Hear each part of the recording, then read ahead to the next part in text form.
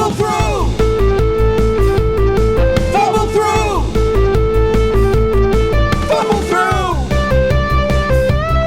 Fumble through! Fumbling through, fumbling through. Fumbling through, fumbling through. Fumbling through! Come out, wherever you are. It's time for Fumble Through. Fumble Through. A podcast that takes life with a grain of salt and a lemon and a shot of tequila. Hello, you wonderful people out there, and welcome to the depths of the Fumble Factory. And by depths, I mean depths, because I've heard the way Brett is today, and it is deep. Oh, God. That came from the depths of despair. Coming from my The toes. depths of despair. It is exciting to be here because we have a whole heap of new things happening, like new characters and, Lindsay, socials. We have stuff on Instagram and TikTok and Facebook. I am loving Brett's doing a fantastic job with these little snippets that he releases. They're great. Let's if you have a favorite snippet that you want us to do, Snippet. snip it off. Whip it in the snippet. Is that a dog? Yeah, so whip it is a dog. pedigree. It's like- I've got a favour to ask. You know how we always go, like, share, follow, blah, blah, blah, and people are like, yeah, whatever. Everyone asks that. I've got a real favour to ask. We've got an opportunity to get some support for the podcast through some sponsors. I'm about to have some conversations about that. It could mean free beer for us, which would be really, really useful. We'd love that. But one of the things that would really help that conversation is a growth in listenership. So if you can find a way to get someone else or another of your devices just to stream this thing, that would be really, really, really helpful for us. So go to your significant other who doesn't listen, subscribe us on their phone. That's right. yeah, make another Facebook account. Your children, your mama, your grandmama. So the things that work for us are listens on the podcast. So listening, like just streaming it, stream it twice, stream it 3 times. That's perfect for us. You don't have to listen to it when you stream it. You can mute your phone when you do that. That's fine. There's a limit to how much you can hear this voice. And then just liking our socials and promoting our socials and commenting on our socials is really, really useful for us. It's enormous how much that impacts on the conversations we're having. Set our Spotify as your alarm tone. That's a great idea. I did that the other day. Don't recommend it. Waking up to Justin's voice every morning. He's just recommending it, but he doesn't recommend it. It can be a bit. Yeah, but I know Justin. It's a bit weird when you hear Justin. when you hear like Justin's voice right beside your ear. I just imagine. Weird. Do you know Justin or you know? I just imagine that Lindsay's waking up to my voice with a very erect penis. Oh, He's also going to bed with your voice and a very erect penis. I don't like any of this. This makes me icky. Well, considerably violated. What? I'd like to change the subject What because just happened? social media happens, right? And Lindsay's been talking a long time about a very specific thing. Last week it was like, oh, give us 6 degrees. Before that is, who do you know?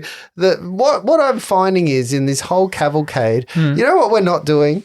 Some very direct action. So what we're going to, and this isn't the dicey question, but what I'm going to do right now is I'm going to call up Instagram. I'm going to call up Henry Cavill's page on Instagram and we're going to send him a message. You're going to tell me what to write. I have done that, but yeah, we can do it again. We are going to do this. Yeah, we're going to do it right this time. Yeah.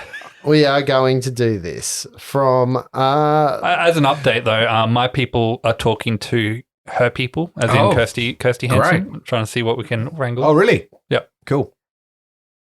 My people being my wife. Yes. my wife? Mother. I'm going to call back to that as often as I can. It's the only leg you have to stand on. Mate, yeah, absolutely. And it's not lopsided. Henry Cavill official going there now. Yeah, Henry Cavill official. All right, I am messaging right now. So, what do we want to say? Let's do this together. Don't fuck up Eisenhorn. Okay, firstly, we need a nice greeting. My dearest Henry. My dearest Henry. Dearest. Dear Hank. No, come on, let's be serious. Dear Hank is better. We need something punchy because we've got to get attention from the get-go. My dearest Henry sounds a bit stalkerish.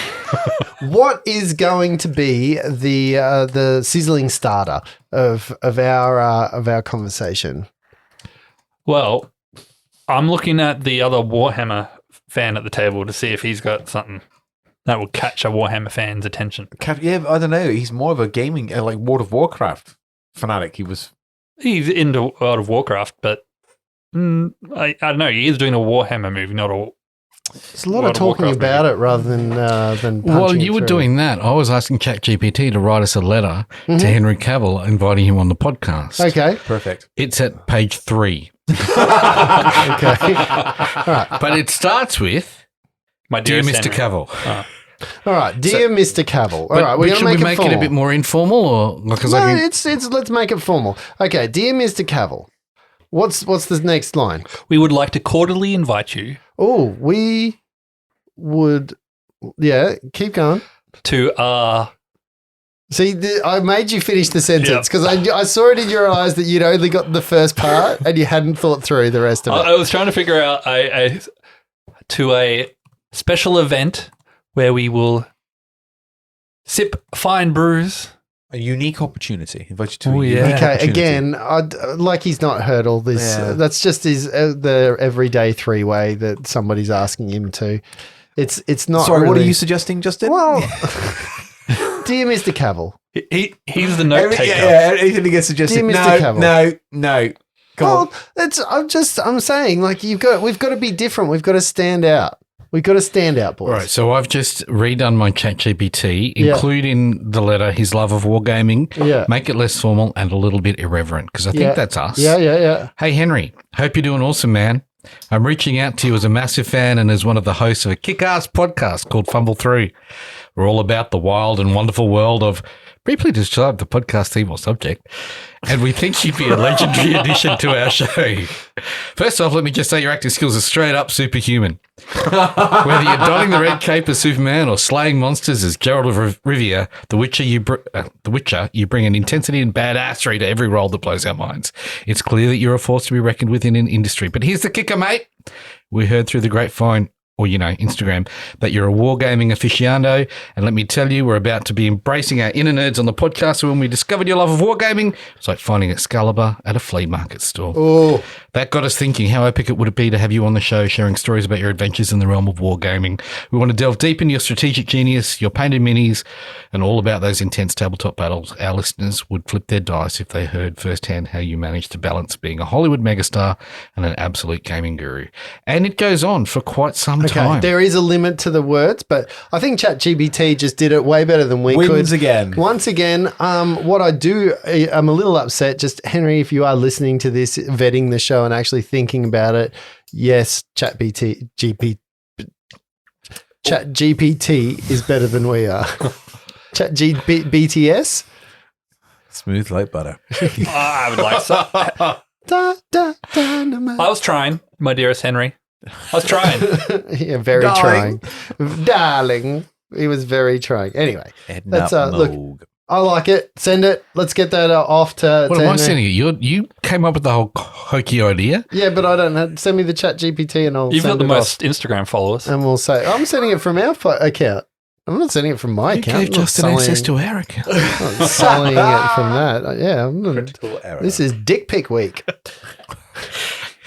As opposed to maybe we last should week. have- With my voice over the top. As opposed to last Is that Dick from Batman? Yeah, Dick Grayson. Dick Yeah. Tracy. Yeah. All right. So now that we've done that, tick, job done. We are massive. Henry Cavill, listen to this. But what I I just want to move on. There's a segue. Okay. Did you know that I've never met a sick sailor at the moment? Again, I'm assailed with sickness.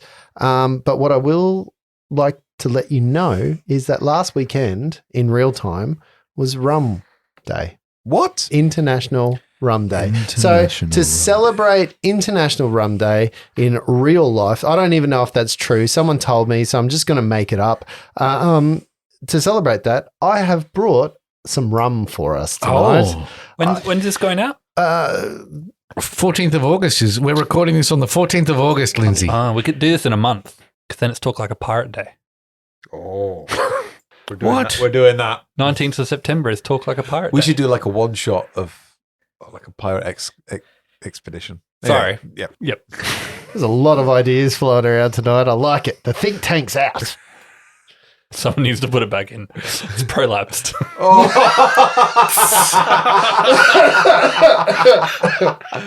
Well played. So, to celebrate International Rum Day, I have brought a rum for you. Now, Lindsay, would you like to just read the name of this very special rum that I bought for you? Mount Gay, Yes. Barbados rum. It is not a verb.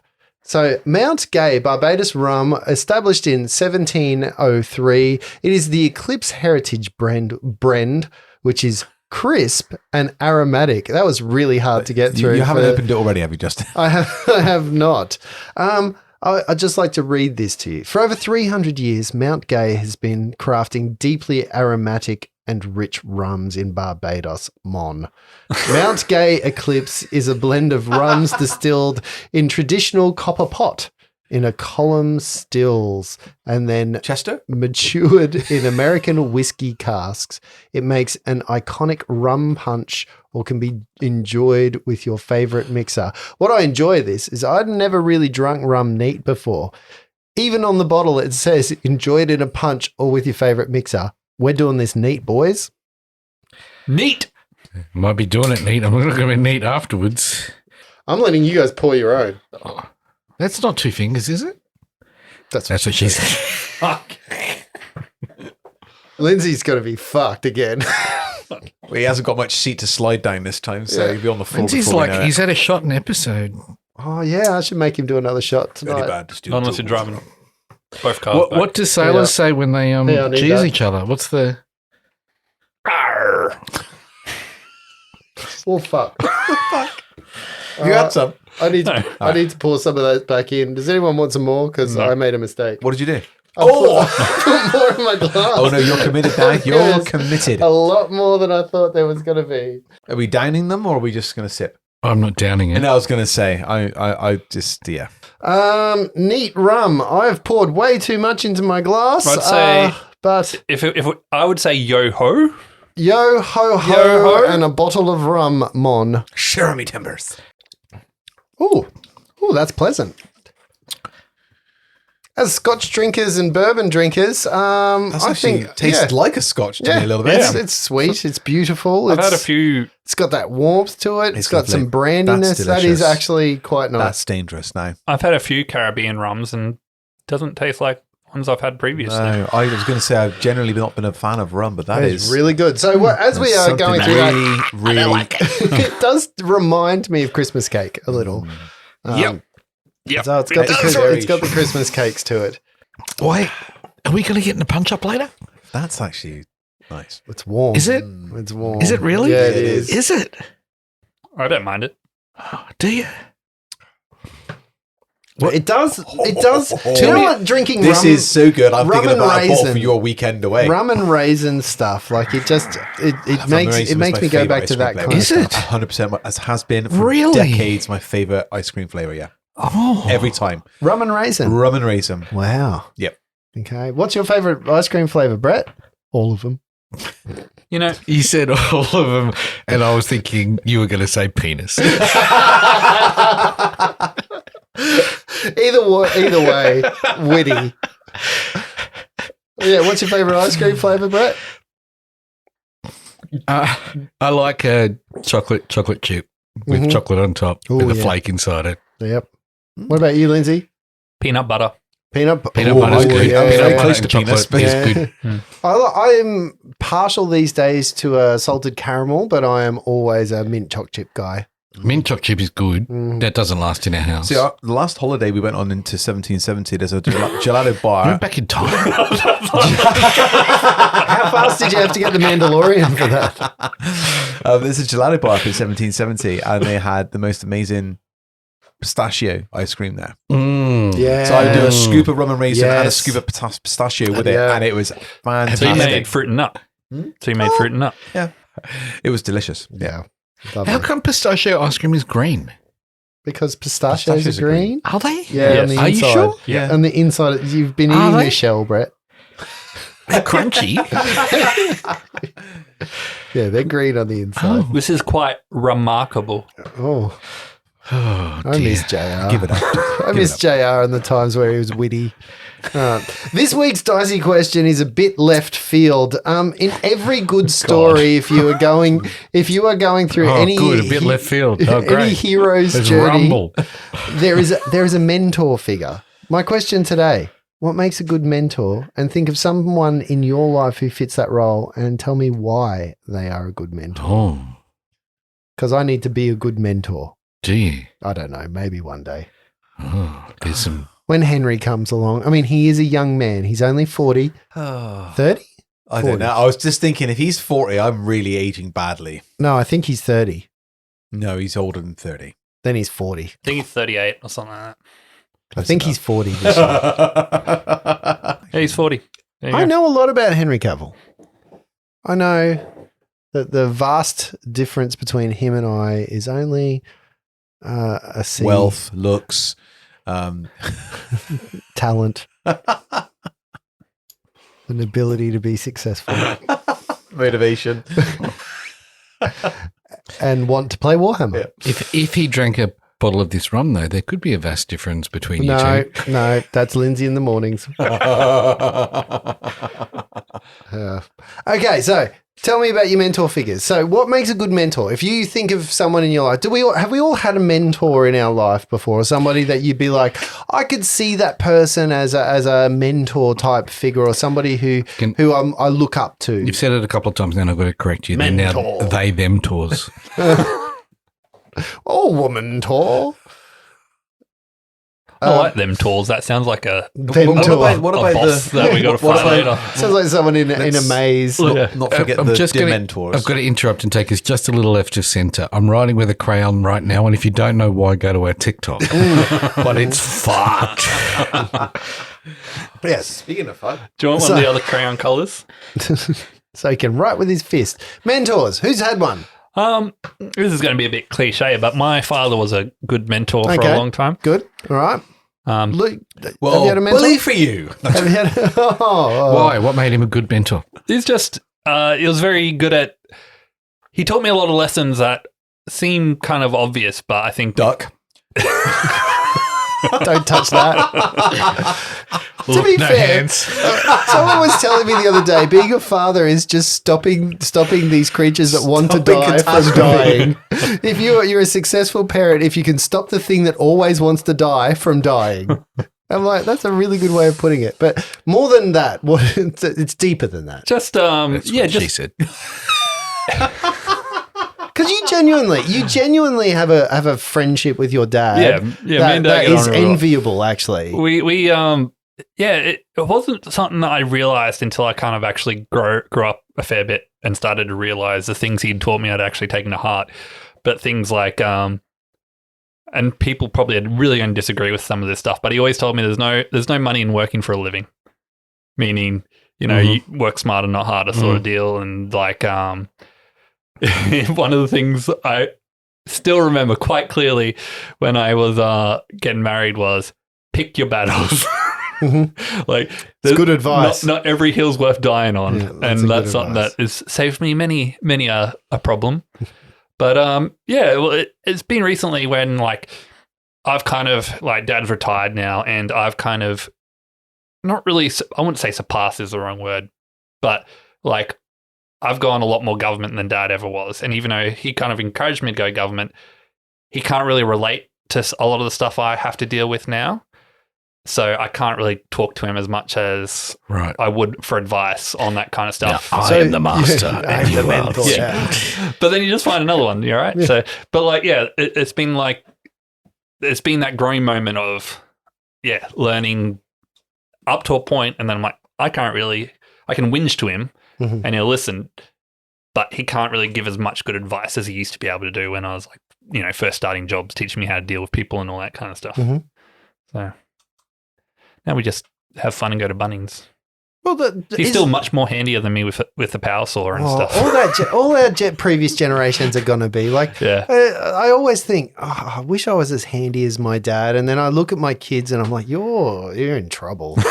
Like, your car breaks down, you're just going to sit on the side of the road and cry and go, I don't know what to do. Well, I don't even think our parents' generation could cope with the cars now. Really. Well, they just There's call, so much they call someone's dad to come and fix it, right? computerized aspects to it now that it's just I know, especially You when the just can't- tire it's goes not- flat. That's really fucking hard. I had this conversation today actually, because someone was complaining about two-factor. You know, when you have to sign When into your something. tooth hurts. Is that the rapper? What? Two-factor.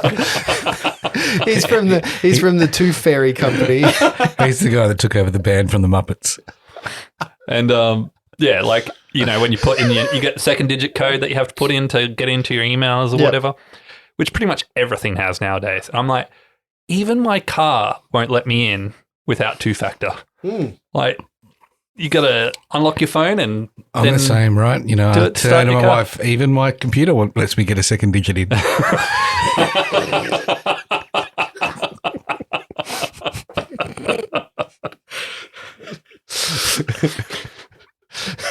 Oh, it's like getting my prostate That was exam gold. all over again.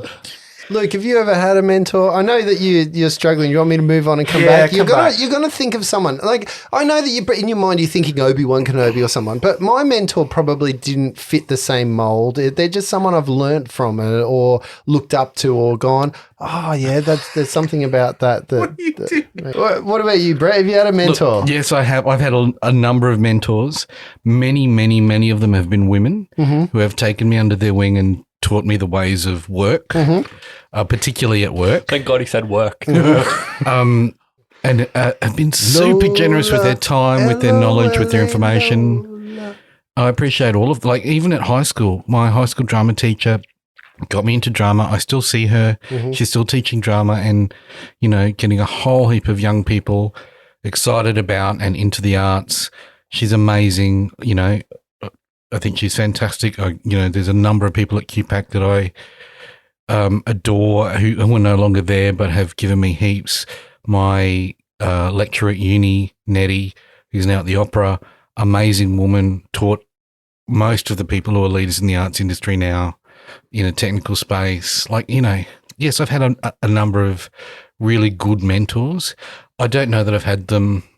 What I was trying to think about was my personal life and where that was.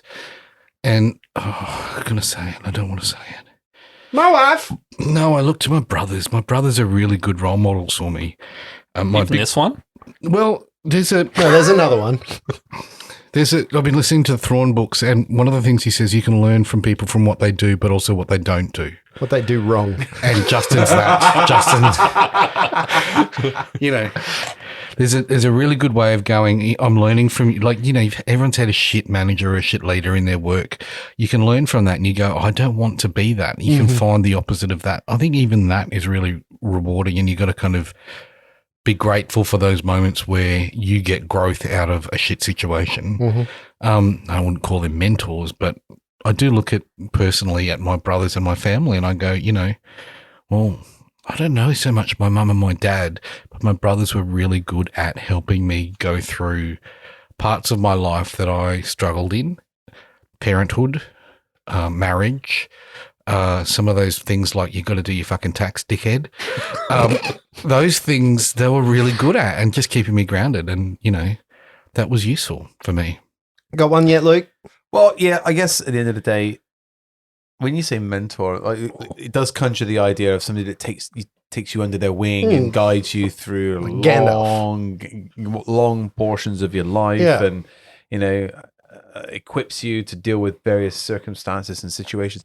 I can't, like, growing up, I would say I've had lots of people in my life that have taught me things. I wouldn't say necessarily describe them as mentors, so like teachers, as you were saying, and various individuals like that. But in terms of somebody that's actually, I would probably say that for me fits the bill for mentor the most would actually be my wife. My one. Because she listens to this. She's so different from me and has had such a different upbringing and has a very different world, like, perspective. Like, a lot of my ideas up until, I don't know, my 30s were shaped by a lot of experiences that happened pre-30 that kind of truncated a lot of my perspectives on many things.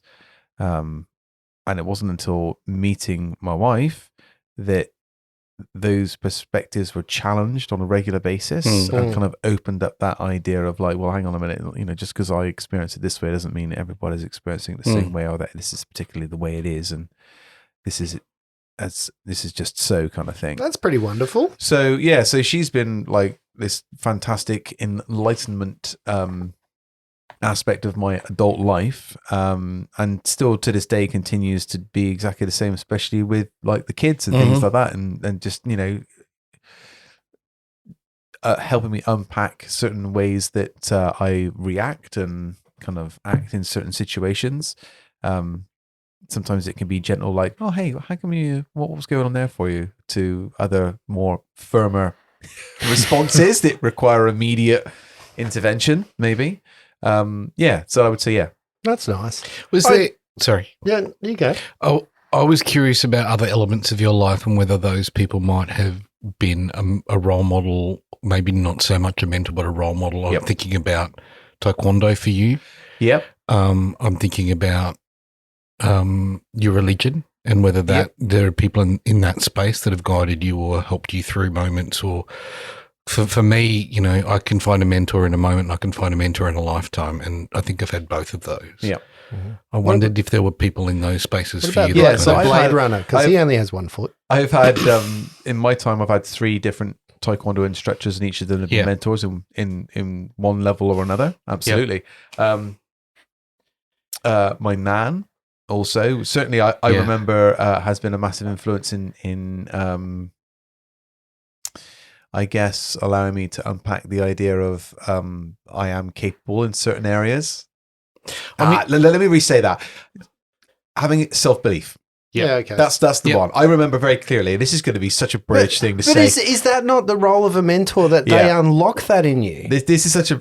So when I was in primary school, we would have a thing called a welly throwing competition. Okay. As in a gumboot. Oh, yeah. Where you would throw a gumboot. So people would throw said welly. Wellington boot. Not welly boot. Yeah. Well, you have thong throwing competition. Yeah. So you'd have a welly boot and you'd throw it as far as, it's like a kind of... Does it come back? Because it kind of boomerangs. It looks maybe, and I remember very vividly being like, I can't do it. I'm not going to be any good. I'm not going to be good. And my nan just being, you can do it. You can do it. Just you can do it. You can do it. And threw it. Not that I won anything or anything like that, but I threw it way further than I thought I was going to. Yeah. And that lesson stuck with me, that idea of like, when you get into those spaces where you're just like, oh, this is something that's beyond me. Yeah. To be able to step aside at your own space and your own mind and be like, no, just give it a go. Yeah. And see what happens. What's the worst that can happen, kind of thing. So I very vividly remembered that lesson from my nan.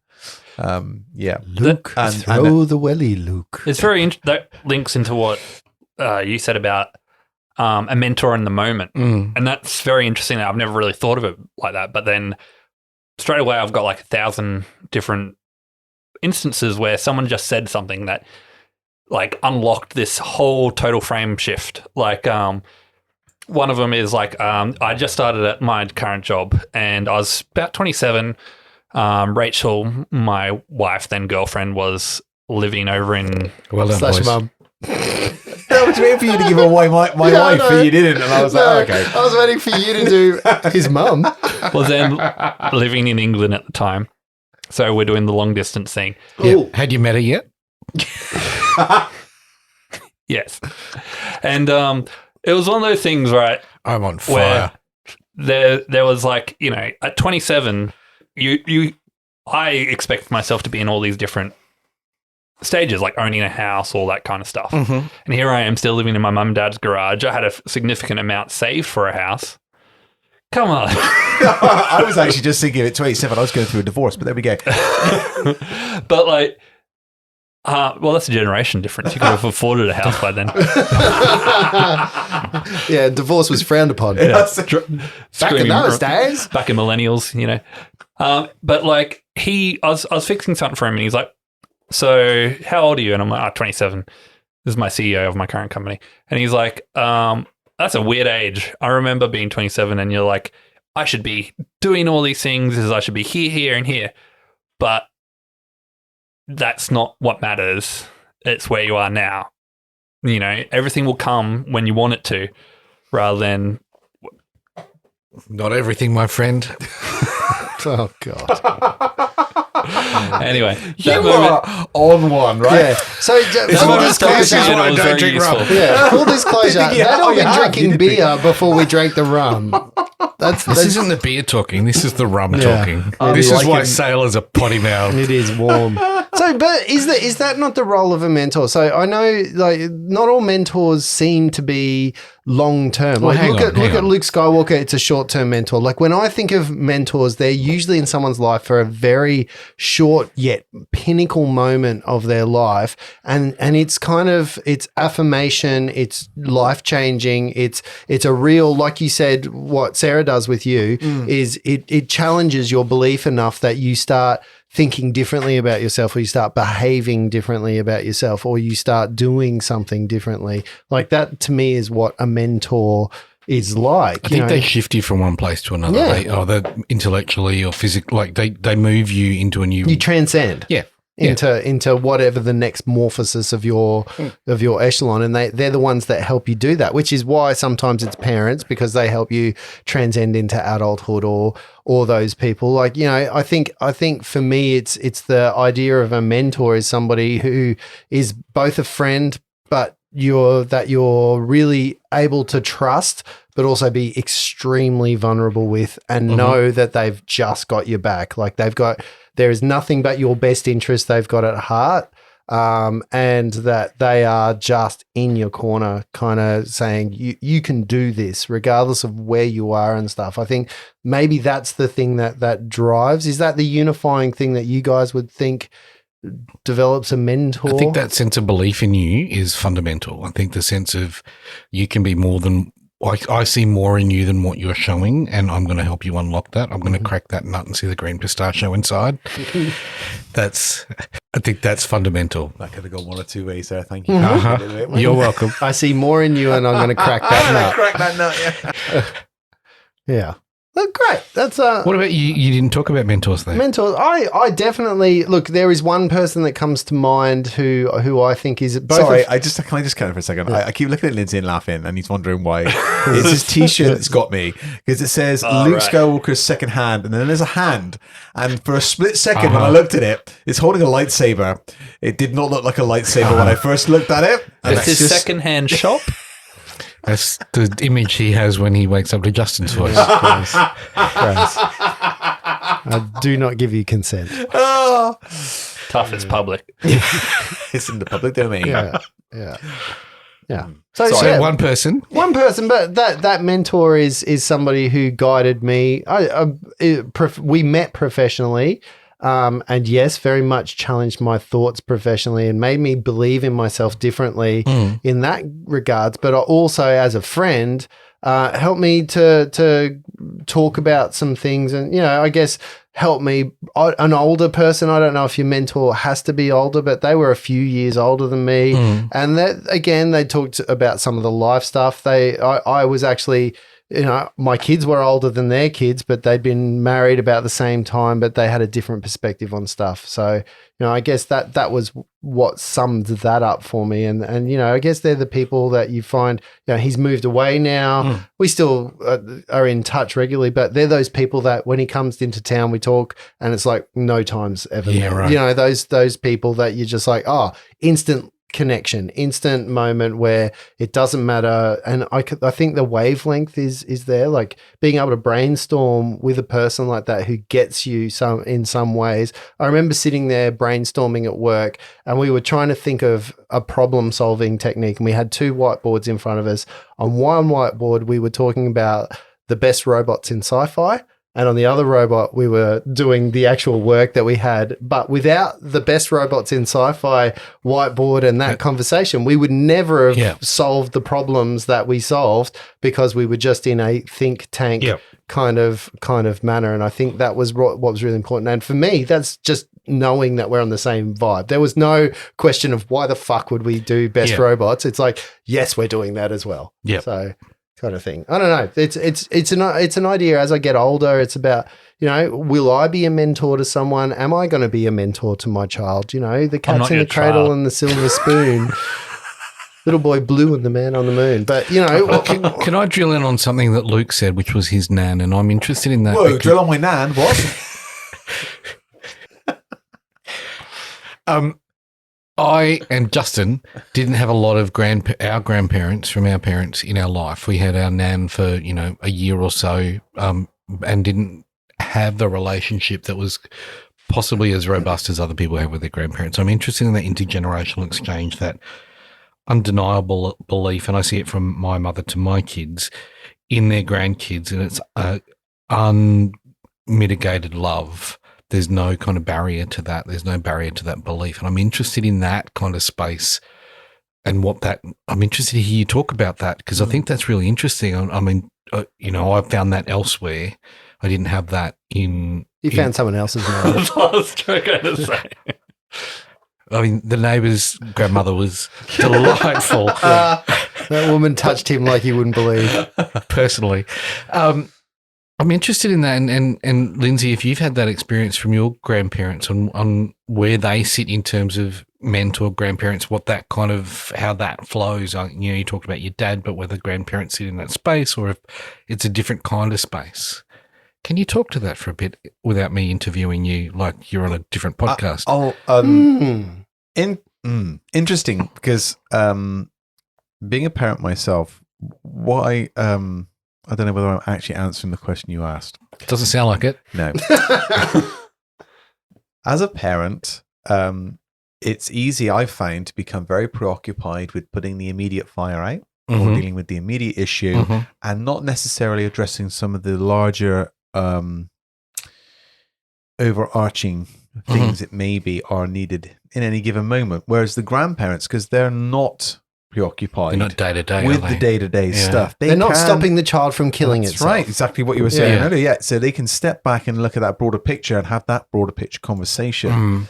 And not only that, kids generally will always react incredibly differently with their parents than, say, with aunties, uncles. So there's been a lot of research that's actually been done to demonstrate that those relationships, especially at teen years, where children are trying their best to break away from the idea of their identity being tied with their parents to having their independent identity.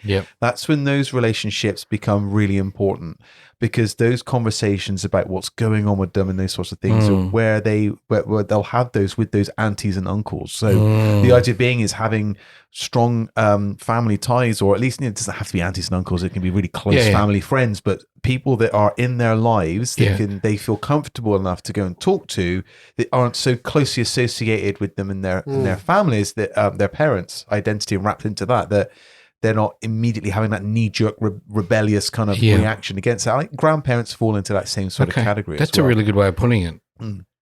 Yeah, good. I didn't have that either. No uncles around. Your kids do. I kind of not ones that I want them to talk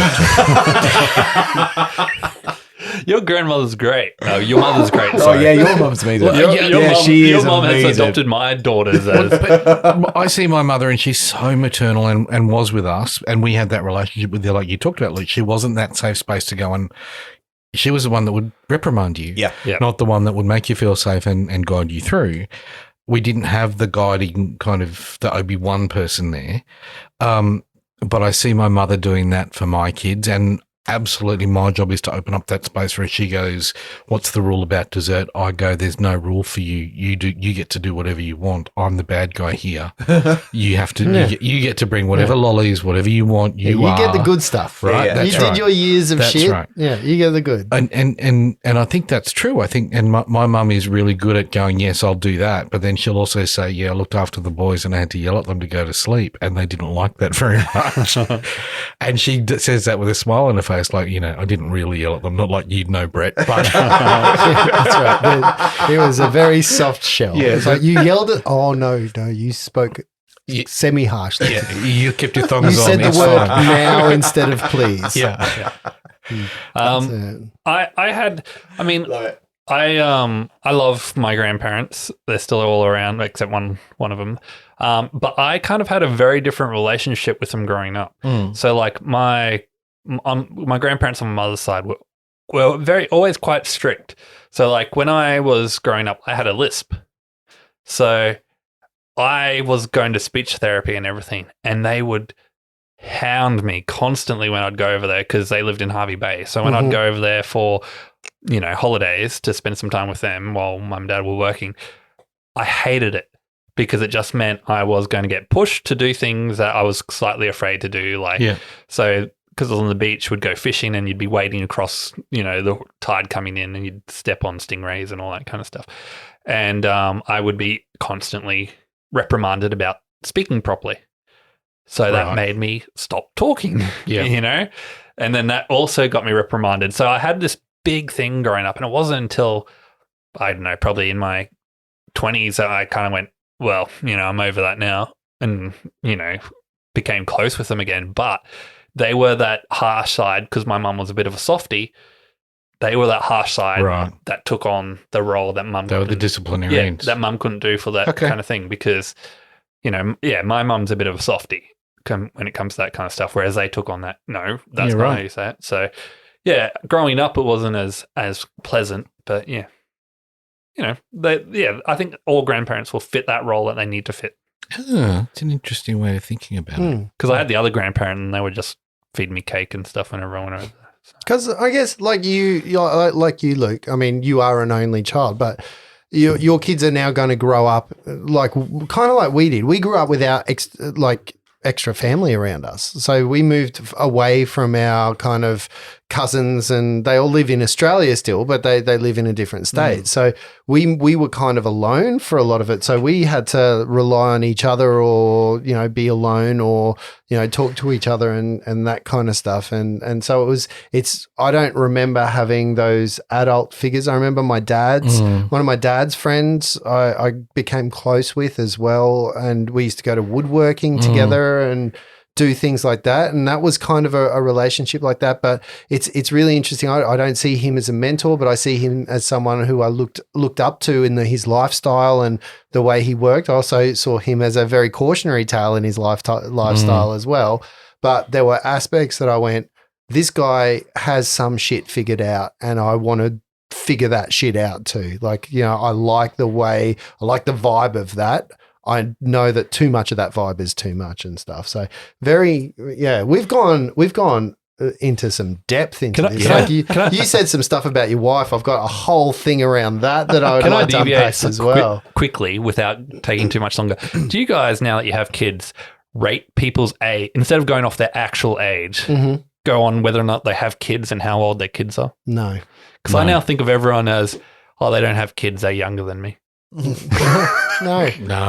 See, because if we did that, you guys would all be younger than me because my kids are older than yours. I'm at a point now where we are all younger than you, Justin. I'm at a point now where I'm actually mourning the fact that I'm going through a moment in my life right now where I've realized just how small amount of time I've got left with my kids before they become adults and go and do their adult thing. Not that I want to keep them at home, but they can fuck off. You can come spend some time with my girls and let me paint minis. But there's that, and it's probably the first time I've always loved young kids. I've always loved okay. It's only weird if you get specific. There's your snippet. No, we can't publish that one. There's no way. It is only weird. It's only weird if you get specific. If I said I really love 6-year-olds, bad. If I say I like young kids, that's not so bad. But I've always enjoyed when my kids were their golden ages for me really were in those really young, like the 2 to before they 4 could talk. to 5. No, that really innocent, that real moment of the world is something to explore.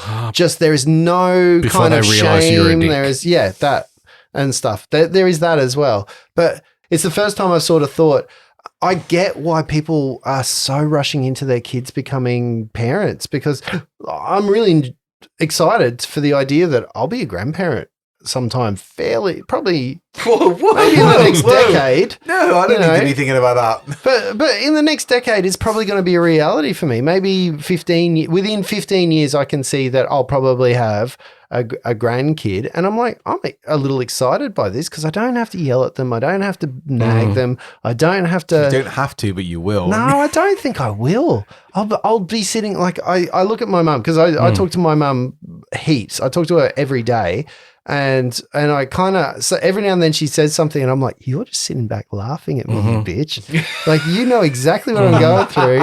And you're just sitting there just being like, suck shit. I did it. Now you can put up with it. yeah, too. yeah. I'm Shoe looking is for on the that- other foot now, I'm looking motherfucker. for that moment where, because it wasn't until I had kids that I finally actually, the penny dropped and I just went, oh, Mum, you were right. Like, I thought you knew fuck all. Yeah, you still and had then I three. had kids It's and like, I was like, literally just yeah. the other day reflecting about my parents and like, far out. I get it now. I Yeah. get some I of should've those cut you some decisions you slack, made. man. Yeah. Yeah. Anyway, let's move on to a fun game. Rum does not bring out it brings out the melancholy philosopher in us. I don't think Oh, there's any just melancholy think- about maybe it. not Was melancholy. It was Philosopher. a philosopher, yeah. It was a good chat, though. I think that was the right conversation for us. Yeah, it's always been nice. It's better than just going, oh, my mentor was a Dementor from Harry Potter. I said that. Thank you. I did say Dementor earlier. Yeah. And I was saying it's better. The conversation was better than I that wasn't saying thing you my said. mentor was a Dementor, but Yeah, he was a tormentor, It's interesting, and we can cut this out of the podcast. and But we will. Luke said something about his wife before about being a mentor, and I recently heard an analogy that I love because my wife is nothing like me. We are almost polar opposites, but someone's used the analogy of there is a lock.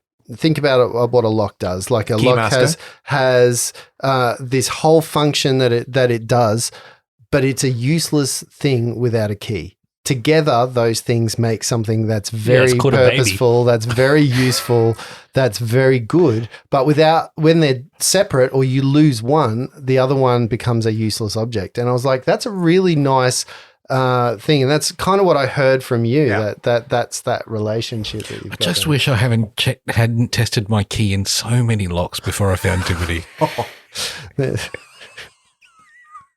least that's going to get cut. I like to think I'm a lockpick. But you spent hours fumbling around in the lock and getting nowhere. Yep.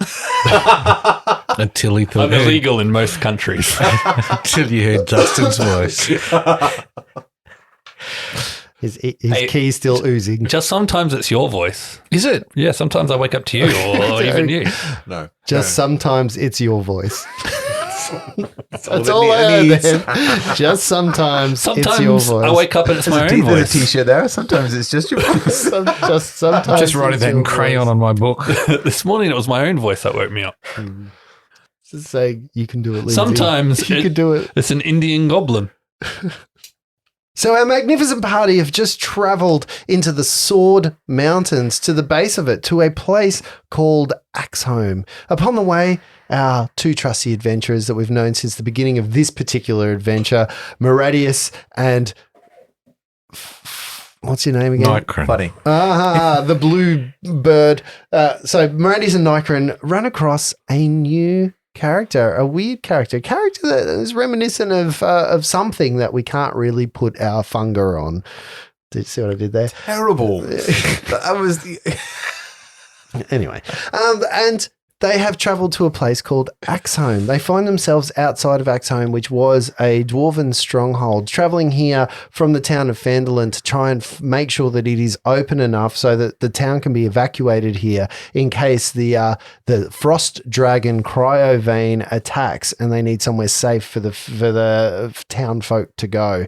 Upon arriving at Axelholme, I will read you this. Thrust from the base of a dark grey mountain, this entrance to the dwarven fortress, a dark 15-foot wide passageway flanked by a 40-foot high bulwark of smooth, seamless stone, an iron portcullis covered with rust blocks the entrance. Arrow slits carved into the bulwarks are dark, revealing no hint of occupation. Are you remembering last time when I I couldn't was just thinking, say you're right, bulwarks? Lindsay, because this is a very erotic way that's just insane. Saying thrust, entrance, slits. Shaft.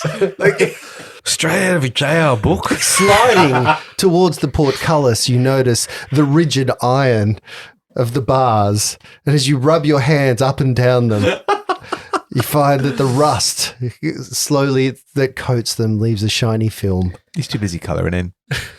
No, I'm using ChatGPT. It's got crayons. Yeah, so you find yourself at the beginning of or the entrance to Axelholme. Imagine like a large dwarven complex with a huge portcullis that's blocking the gates. Can I have a little look, as in like take a perception check to see if there's anything sketchy? Mm-hmm. Sketchy? What kinds of things are you looking for? I don't in know. particular? I mean, is it supposed to be unoccupied? Are we arriving there with the anticipation of it being unoccupied? Yeah. So, with my hands over my eyes, I have a look. Perception of 7. Okay, yeah. No, 6. It was even worse. You don't really find anything. Now remember, this fortress is carved into the mountain. So imagine you are looking at a mountainside with the bulwarks that come sort of out into a gate. I guess I was just looking for signs of anybody actually being there right now. No, the rusty gates. It's no fires, none of that stuff. No were rats. I mean, No. I'm a little anxious about because the last couple of times we've gone places, there have been people there that we didn't anticipate. No, and even what you can see through the arrow slits, it's dark inside, revealing no light sources. There's no hint of occupation. Flunt. Yeah, man, what's up? These are your people. Does this look like a typical dwarven encampment? It would seem odd to me. Is this right? I mean, yeah, usually they would be out, there'd be probably guards or be watching us, and they'd be like, oh, there's a dwarf dude, let's welcome him home. But, I'm pretty sure there's no dwarves here, man. They all got driven out. Right. Do you know what we might find inside? Not a fucking clue, dude. Right. Good. Is there like a I can't actually think of the word of it. Like a balcony, not a balcony. Where they would the people guards would be at the very top wall. Top of No, because it's rampart. No, there's no ramparts because it's Nothing. carved straight into the side. Okay. As a matter of fact, the portcullis is about 25 foot in And it's down. In a tunnel. into like a tunnel Are at the there end of any the tunnel windows? with arrow slits in that 25 foot space. So There's aside from 3 the arrow slits, because hang on, actually, is there any anything that looks even remotely like an area that I could get into, fly in through? Not like from a window no. or a... No, it's all seems to be closed off. The only entrance that you can really see is this iron portcullis, The rusted. and then beyond it, 2 large doors. And it looks rusted shut, right? It looks rusted and old and heavy. Okay, so can I approach the... Sorry. Nykren? Yep. It looks like we're going into the mountain. Are you prepared? Do you want to take one of my mushrooms? They'll calm you down, man. What's your name? Hang on. I got to remember my mnemonic. Noisy yet curious royal indigo nesting animal. Nykren. Do you want to? Do you want a mushroom? Will calm you down. I'll hold on to one for now, just in case. Just in case. Yeah. I think I'm kind of getting used to enclosed spaces with you. Wow. Whoa, That's Kind of. I'm still not happy about it. that's some growth, man. Can I walk up to the portcullis? Here's a mushroom. And can I see? Thank you. Can I see any lever or mechanism in anywhere that looks like it might control the opening or shutting of said portcullis? Okay, first and foremost, as you walk into the portcullis area, die. After you go through sort of where the arrow slits are. So there's 2 arrow slits on one side, 1 on the other side. You think smallish kind of characters might be able to squeeze through. So the arrow slits are big enough that maybe someone really tiny could get through. And you don't think- halfling, yeah. Yeah, you don't think anyone that is currently in your party could possibly do so. The second thing is that beyond, as the roof sort of comes over, you can see giant sort of holes just above the portcullis where if, do you know anything about fortress or architecture or anything like that? Do you have an intelligence check that you can give me? I have intelligence, of course, but you want me to actually roll Be for an an intelligence? insight or a... Yeah, an insight knowledge would be fantastic. Insight, perfect. There we go. All right, then. So fuck me with this dice. 7. Yeah, you think that the holes are just so people can breathe through them. Yeah, and it becomes dark. So if you don't have dark vision as well, even seeing beyond the portcullis becomes quite difficult because there's not a lot of light that comes into here. Flunt, You can see in the dark, can't you? I can, yeah, man. Perhaps I wonder if you might go first. I'll follow up in Nike, and you can stay in the back a little bit. No But worries. we'll have to go single file because there's not much room in here. That's a funny one. Many ores reveal amazing diamonds in ugly. Maradius. Yes. Yeah, Maradius. Well done, Flunt. Yeah, Mnemonics, man. Mnemonics. Yeah, them. See you next Tuesday. Flunt. There we go. I approach and see if I can see anything with my dark vision. Yeah, looking through your dark vision, you can see there are portcullises. So as you walk up, there are a giant portcullis, sorry. There are 2 arrow slits that you have to walk past on your right, one on the left. And as you look up, you can also see that there's more kind of ridges and holes in just beyond the portcullis in the ceiling. And more arrow slits that then lead another 25 foot up to 2 giant, very sturdy looking doors. Do I know the arrow slits? Do you know they're arrow slits? Yeah, you just said they're arrow slits. Do I know they're arrow slits? Yes, I just said they're arrow slits. Okay, Do you cool. know they're arrow slits? Nikron didn't know they were arrow slits. What? Huh? No, he was looking at the holes in the roof. That's why I assumed Breathing were the holes. arrow slits. No, They're the no, breathing there holes. are Breathing arrow holes. slits and there are holes in the roof. And you Can I see look at even more of them beyond the portcullis. Can I look at the breathing holes? Yeah, look at and do an insight check. In the meantime, can I light a Dirty torch? 20. A dirty 20. With your adjusted 20, you kind of think maybe these are oil holes or something where people can rain down things upon anyone intruding into the Axelholme fortress. Right on. Technically, this would be called the Kill zone, murder yeah. bone, Yeah. murder hole. Yeah, guys, man, dudes, things, birds, everybody. Yes. So we got a lot of arrow slits around here, Yes. and those little breathing holes, as Nikron called them, are actually for hot oil. Right. But So- no fires, so it shouldn't be hot. Well, I don't know, but yeah. So we might need to. If there's people in there, just walking in could be disastrous. Right. Well, under this shield then. Can I light a torch, Justin? Yeah, of course. So that I can see beyond the portcullis. Do you want me to, just start the peace talks and see if anyone comes out? Of course. Yeah. Of course. Okay. But there's no one to talk to just yet. So let's go military until we find someone, right? Can I see the I mechanism? mean, if you want, I was just going to bang on the door and just go, hello. You can't get to the door. The only thing Bang you can on the- reach is the We have to get iron through portcullis. this with a big hammer. rusty portcullis. I could bang on the port. No, you don't want me to do that? Yeah, I'm fine with it. all. Yeah, Sure. Birdman, Nikron. I'm lighting a torch because I want to see if I can see a mechanism beyond the portcullis to lift the portcullis. Is there a mechanism, Justin? No. No mechanism. No. Generally, locks, they no. don't show the mechanisms from the portcullis. Unless you hold tab. You think that might be inside. Yeah. That's what I mean. Like inside the portcullis, No. like beyond the portcullis. No, there's no, you cannot see winch. any mechanisms, winch. You can see Winch. chains and stuff Technically- above the portcullis that would open them, but they all go internally. Is this just like a? Technically, we put them past the doors in case there are magicians with mage hand. Is this That's just like a exactly where I was going with a that? fortress with like is there like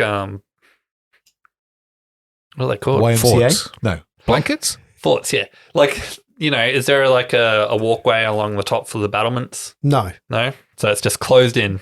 He was playing on his phone when we had that discussion. Would you call them ramparts? Yeah, then I said it was balconies. just but there Justin we go. talking. I was getting stuff ready.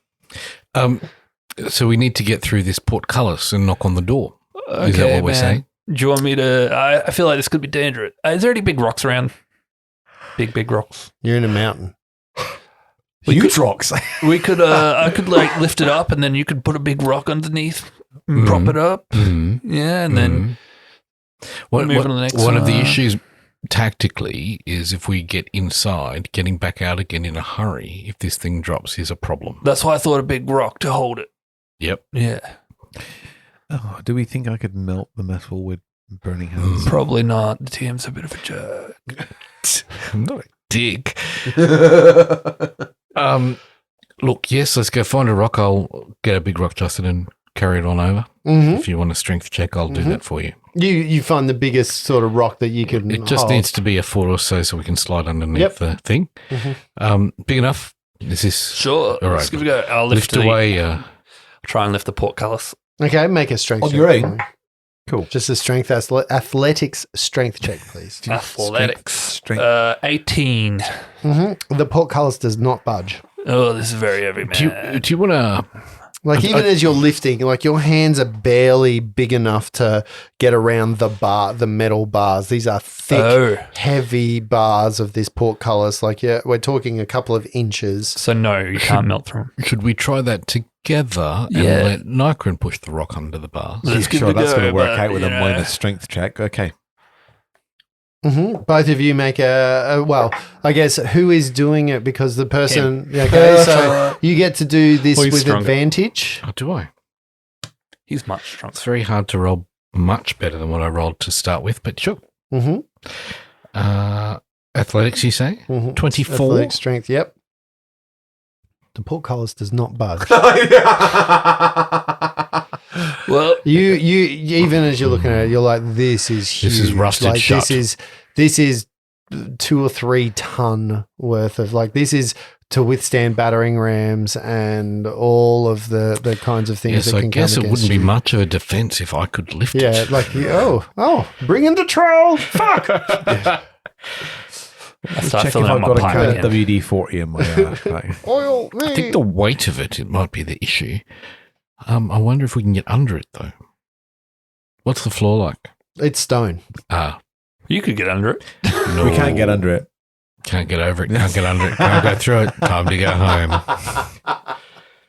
Do you want me to bang Which on provides you with the first obstacle, I guess, which is how the fuck are you going to get inside? You're looking at this and you're like, this is going to be difficult to, it's a dwarven fortress. It is built for defense. There is nothing that you can see here Friend. really from where you are that you think is easy to go in. Did you say you didn't say that in Elven? Doesn't work. Nikron. I do speak Elvish. You didn't then. Yes. I'm a little Le friend. concerned about what I'm going to request, and I don't even know if it's possible. Sorry, Lindsay made me laugh With the Frenchness. with love friend. Le friend. Lindy. I'll let you finish. Nikron, Yes. JR had a hat that let him do extraordinary things that he gave to you. I gave it to you. To me? Yes. Oh, shit. I can look up spells. Yeah. Fuck. What does it do? Well, it lets me cast a cantrip Oh. From the wizard spell list. from the wizard spell the list. wizard spell list. I'm wondering, I don't really want the hat. I don't really want to use the hat. But you get to be magical. That's not a thing that I What kind of hat? aspire Is it a to. beret? Because if it's a beret, that works for my It's a character. raspberry beret. Oh, no. It's a wizard's hat. Harry. Yeah. But I He's wonder. basically saying, fuck you, dead friend. I don't want this hat you gave me. Give me something better. Well, the dead friend gave me something I would hate, which is magical. But I wrote that will before we remembered that was your thing. Yeah, that's true. In his defense, he wasn't thinking about you. He was thinking about him. The hat. No, I was thinking about him because everyone else was magical and he felt left out because barbarians suck. Cool. I wonder if there's a spell in that this hat would let us cast. I'm looking in cantrips now. That might. It's in the wizard spell list. I don't know if you have access to that kind of knowledge. And then you might need to show me how to use it. And then I'll need a shower. Do you want me to try and negotiate now? Yeah, if you, I'm happy for you to knock. No problem whatsoever. While they're figuring out the hat, I'm going to walk up to the first portcullis and bang on it with my hammer and go, "Hello, anyone in here? Dude." That's the echo. Cool. What? Ophelia's here. There is no answer. Well, There is zero answer. that bodes well for us. So there's no one here, man. I mean, job is almost half done. We just need to get in. I'm just talking to the hat. I think that's what I need to do is talk to this hat. It might provide me with some insight. Slytherin! Can I make a stone history check? Go on. I want to see if I know where the mechanics for it would be. Mechanics. A stone history check. Yeah, it's one of my dwarven things. Okay. Stone country. +6 to stone history. Mm-hmm. 24. Okay. You feel like at some point in its history there was a volcano that erupted, and this is a conglomerate rock that is also mixed with a metamorphic, somewhat of the crust, but throughout the times tectonic plates have pushed this together, which gives you an insight that perhaps the stone here, which is quite hard and also brittle though, if you can get enough force into it, has been here for a long time. Thanks, Justin. Did say I was a dick. Conglomerate. I like that. That was good. Mm-hmm. Nice. Conglomerate. So I'm now It's a puffing on a fantasy pipe. world. I'm puffing on a pipe while you guys try and work out stuff because I got nothing. I don't have anything in the wizard's cantrips. As you're thinking about that, Nikron, I might just do a search of the area and look closely at the rock and see what I can find. It's conglomerate. Ah, yes. This stuff is preternaturally hard. Yeah, but it can be brittle if you have enough force. Well, yes, But so is anything. of course. Yes, Marius is going to start looking around for what might be a back door or a side entrance in past the portcullis. They wouldn't open the portcullis at night for everyone who might come at night time. There's normally A postern gate, Yep. if you will. Yep. Give me a wisdom perception check, please. 17.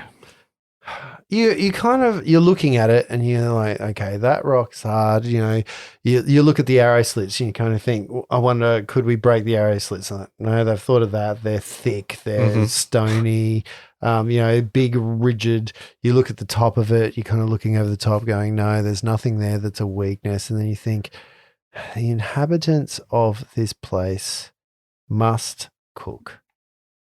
If they're going to cook, they can't have the place filling up with smoke. Ergo, there must be something that releases smoke. I like to think somewhere. you're watching me smoke my pipe and the smoke slightly fill up underneath my mushroom before it starts to It's hazy under there. peek over the edge. Nikron, Yes. when you did your fly around, Oh, did I do a fly right?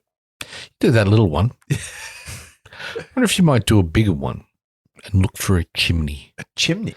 Dude, that's genius. Dwarves are renowned for their metal work, and that needs forges, which needs fire, which needs chimneys. I wonder if there might be something like that, or even And a sewer gate. and where would Santa deliver his presents if there was no chimney? Could you have a look, please, Nikron? Sure. Is it worth lighting a fire and wafting smoke into? Normally, chimneys work by exhuming the smoke from inside to out. I don't know if it would The door suck is it shut, back in. Of course. Indeed. Sorry, I thought the door was open. No. I mean, if you could light that door on fire, we might see the smoke coming through the I chimney. can try that. Just that's leave, for sure. leave the thing. Sorry, I'd just like to go back 2 seconds. Sorry, I thought the door was open. Why wouldn't you just walk in then? Because you've got the portcullis. Oh, of course. Yeah. Just leave the thinking to the rock, man. Man, Normally, this isn't my forte. it sounds like you're doing a freaking bang up job, dude. I don't know about things, but I can put things together very, very well. All right, Nikron will go for a fly. Okay, just make a wisdom perception Wisdom check. perception. Wisdom perception. Do you want a mushroom, Maradius, dude? You deserve one after that. I'm fine, thank you. Perception, I got a 18 on my perception. You're flying around the mountainside and you can see a large crack in the mountainside from where maybe an earthquake has split open some of the stone. You can see a rock crumble has happened in there, but you can also see that amongst that there's some fissures that kind of move up through, like natural chimneys. How big? How You start looking forward. Those are all blocked and you can't see any discernible way of getting through those, but it gives you an idea of what to look for on the surface. And as you go over, you can see two possible chimney holes or chimney fissures that have like metal grates that would have been over them, but those metal grates aren't, even before this place was abandoned, they wouldn't have been very well looked after. So they're kind of half off anyway, or they've got nests, or they're just really there to stop things from falling. How big are they looking? Falling down. That are big enough for a person to squeeze through. Not me. Interestingly, Flunt, they didn't protect the chimneys because normally there were fires 24 hours a day. So people coming down the chimney were dead by the time they hit the bottom. That's true. That's why Santa wears fireproof pants. Ah. And that's the only time he turns off the forges at Christmas. Is it? I did not know that. Right. Nike will be back any moment. Yeah, so I'll return. I can't wait. I feel like some tension between us, Maybe we should pass the peace pipe out when we make camp tonight, and get to know each other, bathe under the moonlight and all that jazz. Bathe? No. Okay, man, I'm sorry. I know it's hard times. You lost a friend and all that jazz, and I'm very sorry for your loss. The one thing Grundanar, loves more than anything is friendship. Does he? Peace. I like peace. I like a little peace and quiet. Right on. Was it 2? I saw 2, right? Yeah. Okay. So Nikron returns. Radius, there seems to be Thank 2. God you're back. 2. What did I miss? Oh, nothing. There appears to be 2 chimneys. Wide enough for one of us to get through. Right. How's the journey to those chimneys from here? But a breeze for me. For you, I can carry him, right? I can't carry him. Oh, am I going to have to go through the fucking hole? Oh, shit. What is the... Where's that mushroom? What is the journey like? I have some skill at climbing. Yeah, we could try climbing, man. It's you would definitely have to. Not in the most accessible of places. You look up the handholds, like the mountain where it's cracked. Actually, has revealed quite a few moments of that. You think you could scale it? Do you think Do you you have any could climbing gear? fly or anything? up there and tie this 50-foot of rope at 50-foot intervals for us and secure it so it could make it easier for us to ascend? Sure. Thanks. I'm just curious, Nikron. You're here for your brains, right? No. Fuck. I'm here for the fire. I'm not. He's a charismatic caster. Fuck. I'm also, He's pretty and blue. My plumage is We can go- spectacular. we could go who's darling. got the highest intelligence. Could we? Yeah. That's going to be a fucking rock race to the bottom, that one. All right, I'm on an 8. So An 8. Yeah. Are you? What are you on? 0. Oh, I'm sorry. Actual score? 10. Oh, I am the brains. Teams at 13. no, just above average. You start climbing up. If he secures the rope. I will secure the then- ropes. Yep, we're going, make an yeah. athletics strength check for me. Those of you that are climbing. Oh, get fucked. 24? 7. Meridius You've starts. been eating too many mushrooms. It's hard to you can't look up when you got a mushroom on your head, man. Meridius starts to ascend up the side of the mountain, making it look so easy that Flunt begins to follow. Flunt gets about 20 foot up before crash. Flunt falls down, taking 7 points of damage, bludgeoning. How much of that can you negate with the fact that you're high and flopping all over the place? So he floated down. Yeah. This looks difficult for you. Took it to make an athletics check. Just trying to land on my feet. Reflex, no chance, mate. Can you just hang on to me and I'll climb us both up? He's only got one. That's What are you laughing for? You don't know that reference.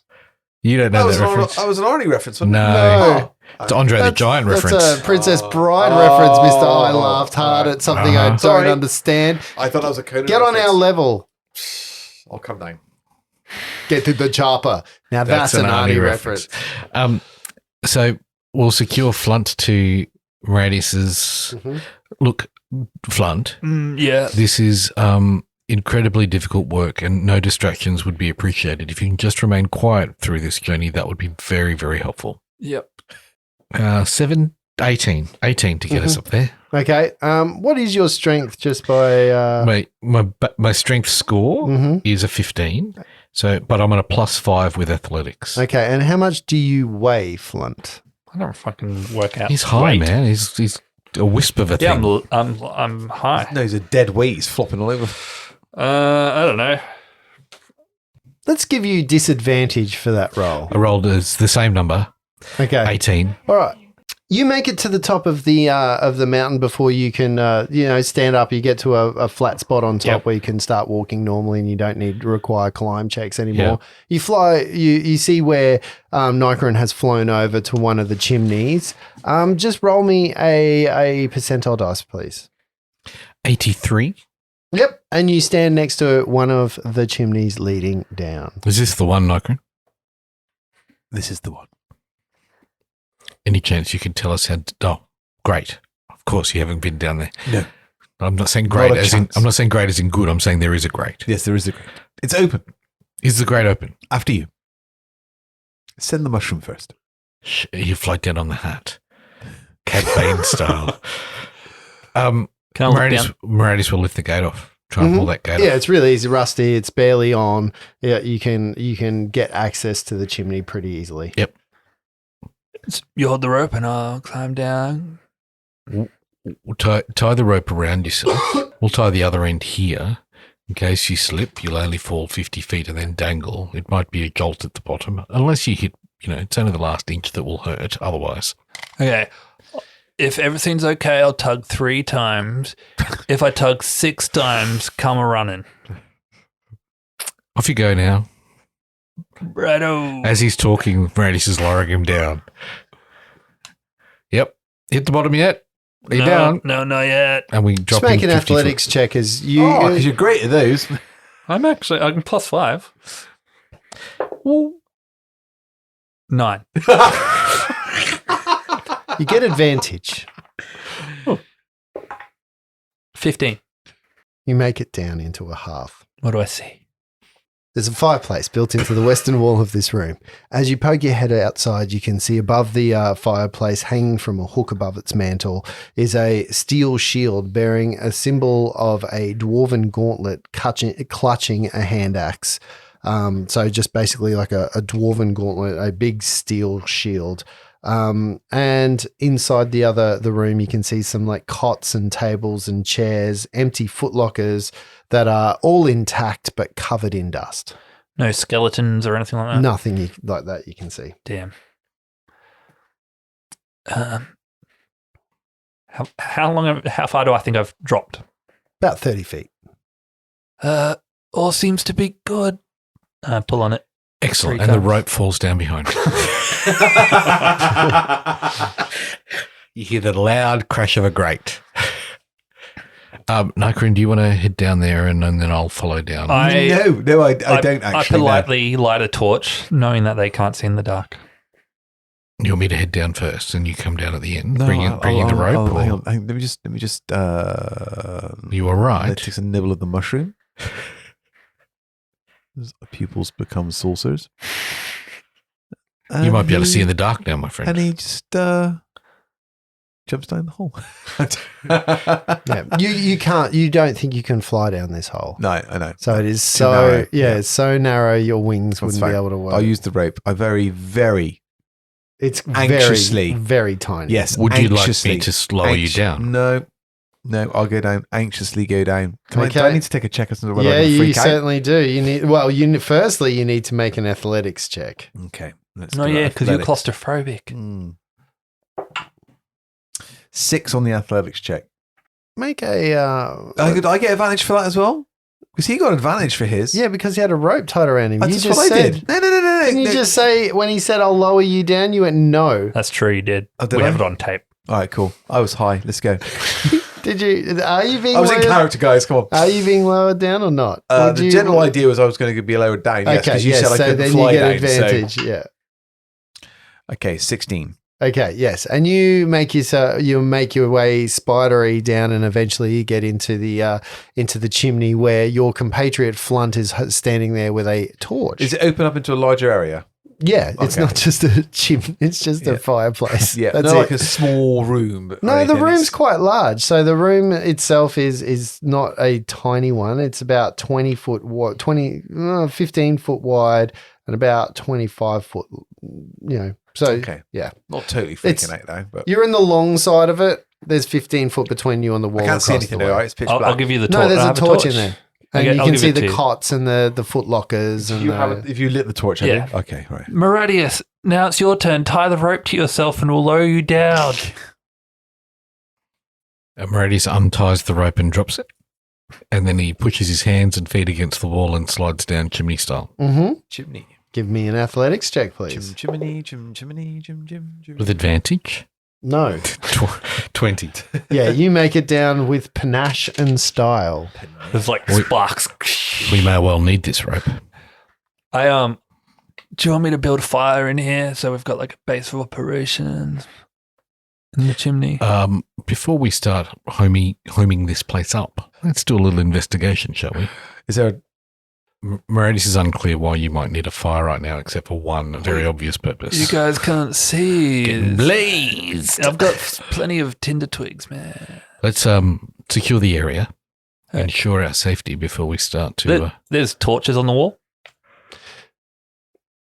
It's the first time you've noticed that the torches on the wall seem to have all burnt out. Oh. So there are Great. definitely sconces. There are definitely signs that there were torches on the wall, but each one of them you look at has been burnt down to nothing. Yeah. I light another torch just to be helpful. I was going to say I'll get one out of the pack. And I put one in the wall. I hold the other one for you while you guys do it because I don't plan on hitting too much. Cool. Meridius. There is one door exiting this chamber. So Meridius Right. has his shield and sword out. Mhm. Nycron will attempt to open the door. Actually, can you cast with one hand? Can I cast with one hand? Yeah. I can do anything. Oh, you carry it then. It's 5th edition.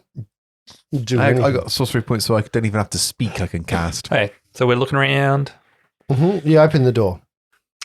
As soon as you open the door, you move into you can see a large chamber that is illumination. You know it's a large chamber because your fire extends about 10 foot and then another 10 foot in shadowy kind of depth that makes it very hard to see. The one thing that really plays on your mind is while you can see poles and you can see pillars, there are large, thick, steely cobwebs throughout this entire chamber.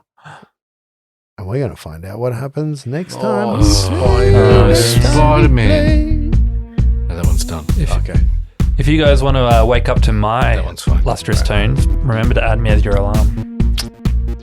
Oh, God. That's what I'm waking up to. We just lost our 5 listeners I'm, right there. I'm going to have that on repeat. 5 listeners. Come on, stop bad-mouthing our podcast. Get up, get out of your lazy bed. I'm just going to have oh God from Justin listening.